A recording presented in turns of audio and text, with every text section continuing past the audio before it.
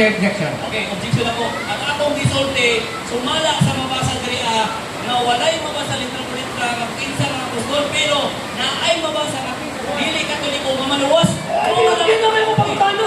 Gusto mo dito, hindi naman ako pagkano eh. Dito. Ipabasa na namin ang karon, o 15 nagsulti ni mo, wala na kayo mabasa nila. Kasi kanang uwan nila, referring kay Apostol John, 15 ka imon mo. Okay. Kaya mamatay ko. Ako Okay. Wala interruption ha. Nagaan ka sir og 30 seconds ba?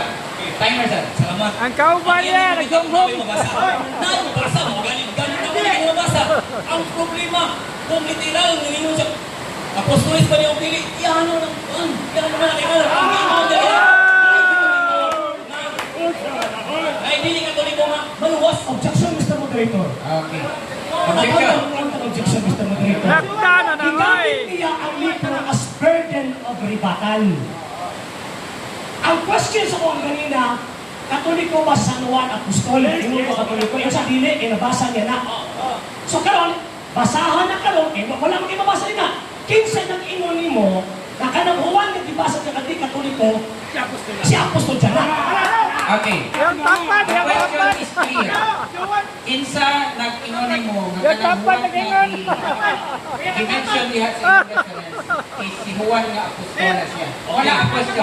You have 30 seconds sir. Clarification. Kinsay nang inon ako, sumala sa mabasa. Ay, huwag. Bisang dili katoliko nga huwag. Hindi mo niya katoliko. Gusto niya naman di mo din niya katoliko. Naluwas. Bisang mabasa lang. Okay. Basahon na Okay, basahon. Para mo ba na ang question and answer? You have